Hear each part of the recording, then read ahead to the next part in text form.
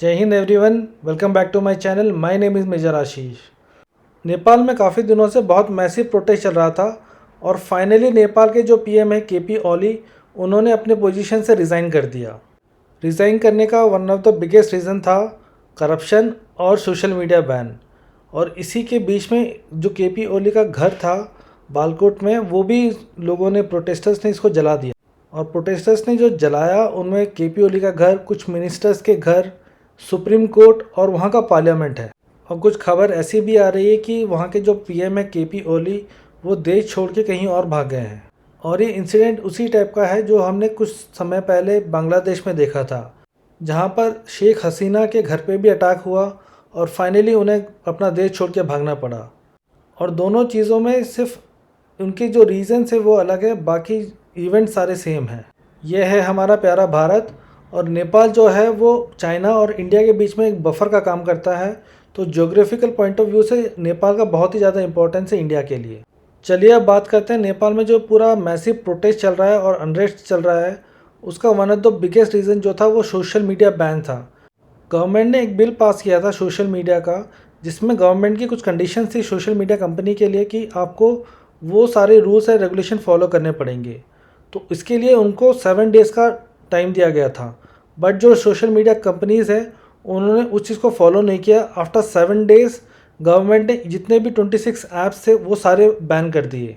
और ये जो बैन किया था इसमें सारे पॉपुलर प्लेटफॉर्म्स थे, जैसे कि फेसबुक, ट्विटर, इंस्टाग्राम, टिकटॉक और बाकी सोशल मीडिया प्लेटफॉर्म। जिसके बाद पूरे देश में एक मैसिव सा प्रोटेस्ट स्टार्ट हो गया। और इसके साथ साथ साइमल्टेनियसली जो एंटी करप्शन प्रोटेस्ट था वो भी इसके साथ चल रहा था। और ये जो सोशल मीडिया प्लेटफॉर्म का जो बैन था उसमें छोटे छोटे बच्चों ने भी पार्टिसिपेट किया था, जो कि स्कूल गोइंग बच्चे थे या कॉलेज गोइंग बच्चे थे। और इन प्रोटेस्ट में जो एक्शंस हुए थे उसमें ऑलमोस्ट 19 बच्चों की डेथ हो गई है, जो काफ़ी यंग थे। और ऑलमोस्ट 300 से ज़्यादा लोग इसमें घायल हो चुके हैं। और ये जो डेटा आया है ये गवर्नमेंट की तरफ से आया है, तो इसमें ये मान के चलिए कि कम तो नहीं हो सकता, ज़्यादा ज़रूर हो सकता है। अभी जो आप वीडियो देख रहे हो ये है उनके पार्लियामेंट की वीडियो, जहाँ पर हज़ारों की संख्या में लोग उनके पार्लियामेंट पे अटैक करते हुए दिखाई दे रहे होंगे। और ये किसी भी डेमोक्रेसी और किसी भी नॉर्मल कंट्री के लिए बहुत ही ख़राब चीज़ है कि उनकी कंट्री को ऐसी चीज़ देखनी पड़ रही है कि लोग उनके पार्लियामेंट, इनके सुप्रीम कोर्ट्स, इनके मिनिस्टर्स के घर बर्बाद करने पे आ गए हैं। नेपाल और बांग्लादेश ने भी ये पहली बार ही होगा उन्होंने इतना मैसिव और इतना एग्रेसिव प्रोटेस्ट देखा होगा। अगर आप सोच रहे हो कि पाकिस्तान में भी ऐसा हुआ था, तो पाकिस्तान के लिए तो ये नॉर्मल चीज़ है, इनके यहाँ होता रहता है। अब बात करते हैं इस प्रोटेस्ट के दूसरे रीज़न का, जो कि बहुत ही इम्पॉर्टेंट है, करप्शन के ऊपर। प्राइम मिनिस्टर केपी ओली और चाइना की नज़दीकियाँ बहुत ही ज़्यादा है। जब केपी ओली फर्स्ट टाइम में चुन के आए थे तब भी उनके ऊपर करप्शन के चार्जेस लगे थे, जहाँ पर कोलंबिया में कोई टेलीकॉम का एक टेंडर था जिसके ऊपर कुछ स्कैम हुआ था। और उस टाइम पे पीएम ओली को जो मदद किया था कोलंबिया में इन्वेस्ट करने के लिए, वो किया था चाइना का जो एम्बेसडर था नेपाल में।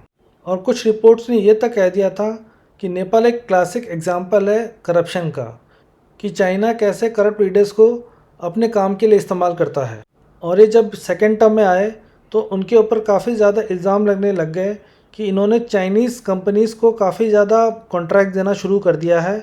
और ये सारा कॉन्ट्रैक्ट इन्होंने अपने पावर्स का गलत तरीके से इस्तेमाल करते हुए किया है। जो ये कॉन्ट्रैक्ट दिया उसमें एक एग्जांपल है, एक डिजिटल रूम सेटअप करना था पीएम के ऑफिस में, जिसका कॉन्ट्रैक्ट था वो दिया एक सब्सिडरी कंपनी थी चाइना कम्युनिकेशन सर्विसेज की, हुआई।